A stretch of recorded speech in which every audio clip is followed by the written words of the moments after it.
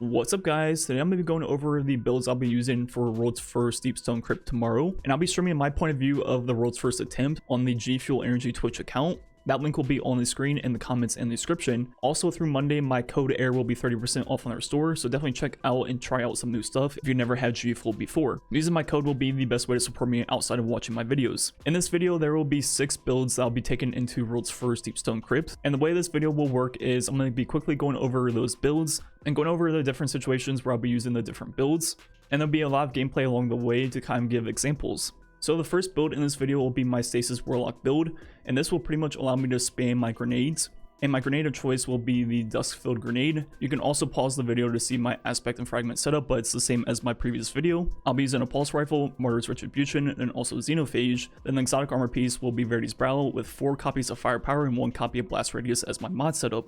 And pretty much the point of this build is to completely control the adds in a room with the Dusk-Filled Grenade. That will pull pretty much everything into one spot, which will allow me to kill them all with 1 grenade shot from the Martyr's Retribution. Also, that'll just help my teammates too by pulling everything into one spot. It'll be easier to kill them. Then on top of that, I'll be proccing the Verity's Brow perk pretty much at all times, and that means I'll have my grenade pretty much instantly as the build works. Also, those grenades will be doing 50% more damage, but more importantly, every single time I throw it, which will be pretty much every like 4 or 5 seconds, I will give all my teammates Field of Flames, which means they'll get their entire grenade back. So not only will this benefit me greatly, it will make it so my entire team pretty much has infinite grenades also. So I think this will be the build I'll be starting off going into the raid up until I hit a boss fight, and I honestly might even keep with it if it's working really well, because of the fact that I still have Xenophage on this build, which means I have boss damage covered. So this build is all around really good and will greatly help the team by controlling the room, giving everyone infinite grenades. And on top of that, I'll be giving myself the 25% damage increase from the Stasis Fragment, along with just the way the aspect works on Warlock, chain freezing everything around the room. Then the second build in the video will be all about creating Warmind cells. So we will start off by using Bottom Tree Voidwalker, which is Devour. We'll be using Wither Horde with Ikelos SMG. Then finally the Seraph LMG. Then looking at our mods, we'll be using Verity's Brow once again with Global Reach. Then we have Protective Light, Warmind's Protection, Cellular Suppression, and also Blast Radius. So the way this build pretty much works is you pop your grenade to proc Devour, which will give you health back every single time you get a kill and refresh the buff. Also will give you a chunk of your grenade back every single time. And what you do is shoot Wither Horde at the ground, which will be a great area effect damage, almost like a grenade. Then you pull out either your Ikelos SMG or your Seraph LMG. And when you're holding out those weapons, all the kills with Wither Horde will proc Warmind cells, along with the final blows of the weapons themselves. So with this build, you're going to be creating Warmind cells all over the place. And those Warmind cells will do a few things. When you destroy them, obviously it'll be a nuke that will pretty much destroy everything in the room. Then the ones that you leave up, it'll make enemies glow orange, which means you'll take less damage from those enemies.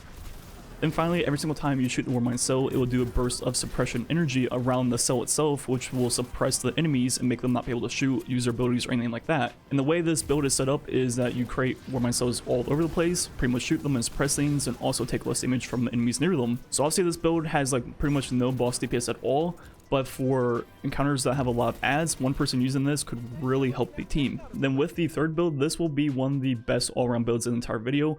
We'll be starting off with Middle Tree Dawnblade, which is Will of Radiance, and now we'll have a Pulse Rifle, Martyr's Retribution, and also Xenophage. So a lot of different things that are solar damage, and with that we'll be using Phoenix Protocol with Global Reach on it. Then the other mods we'll be using are Protective Light, Wrath of Rasputin, then Rage of the Warmind, and then finally Blast Radius. So how this build works is all of your solar abilities, your Martyr's Retribution, and also Xenophage can create Warmind cells. And whenever you destroy those Warmind cells, the blast will do solar damage also, which means the blast itself can create more Warmind cells and can pretty much chain on itself. Then on top of that, as you get kills with Martyr's Retribution, you have Blast Radius, which means you'll become charged with light, and with those stacks you have Protective Light, which will keep you alive. Also with this build, we can put down our Will of Radiance and get the first 75% back as we get kills and assists in it because of Phoenix Protocol. Then whenever we get up to a boss fight, we have Xenophage for our boss DPS. So you have really good ad clear with Warmind cells and Martyr's Retribution. Then you also have 2 ways to stay alive with Will of Radiance and also Protective Light.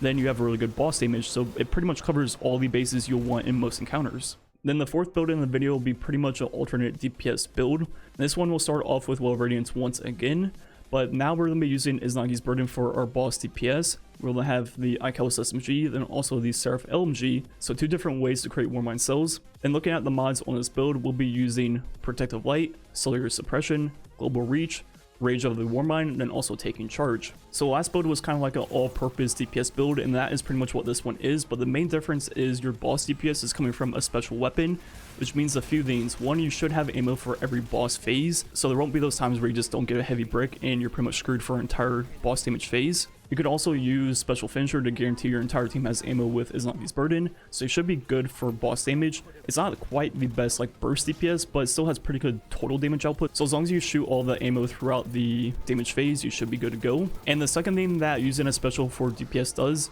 is it frees up your power slot to be used for ad clear and throughout the actual encounter. And given that we're going to be 20 light under, using a machine gun to clear ads is a really good idea, and overall will make the encounter leading up to the boss damage a lot easier to stay alive and just to keep things under control. Then on top of that, given the fact that both of our weapons create more mind cells, which means even more ad clear and things like that, obviously this build is going to be super solid for boss fights. And now for the fifth build in the video, this one will be kind of following the same suit as the last two. It's going to be a boss build. And this time we're going to be using Outbreak Perfected as our boss DPS, which kind of sounds weird, but I've heard that with 6 of them, it's working pretty well again. Then we'll be using Martyr's Retribution and the Seraph LMG with Protective Light, Wrath of Rasputin, Global Reach, Rage of the Warmind, and then finally Blast Radius. So this build's gonna be pretty similar to a few of the previous ones, just like we mentioned with Izangi's Burden, where we free up our heavy slot for the actual encounter and not boss damage.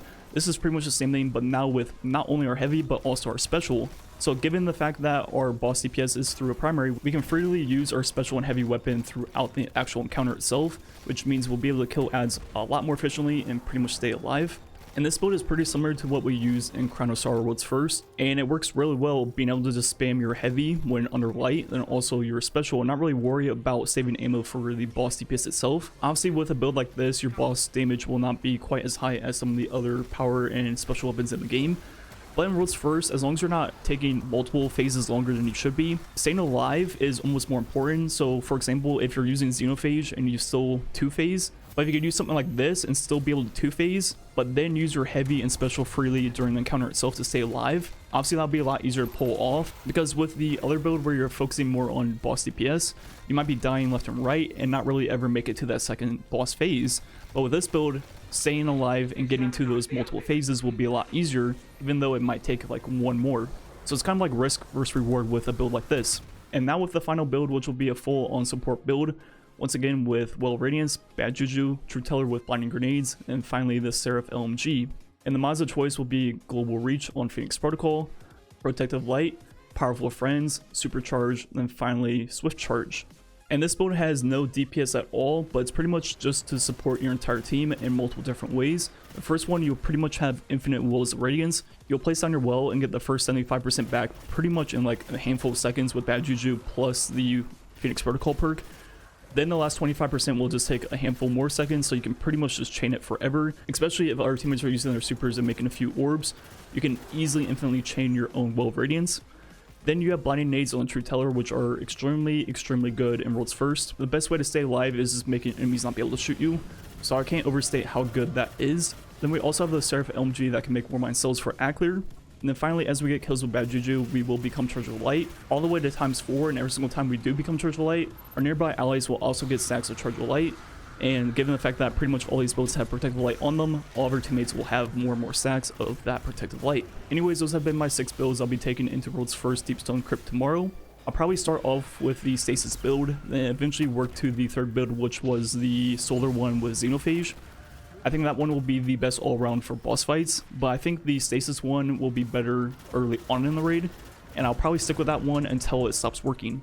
Anyways, to all the teams going for Worlds First, good luck. If you're just going for day one, also good luck. Or if you just plan on playing casually at some point, try out one of these builds. I'm sure it will help in some way. Anyways, thanks for watching. Catch you guys next time.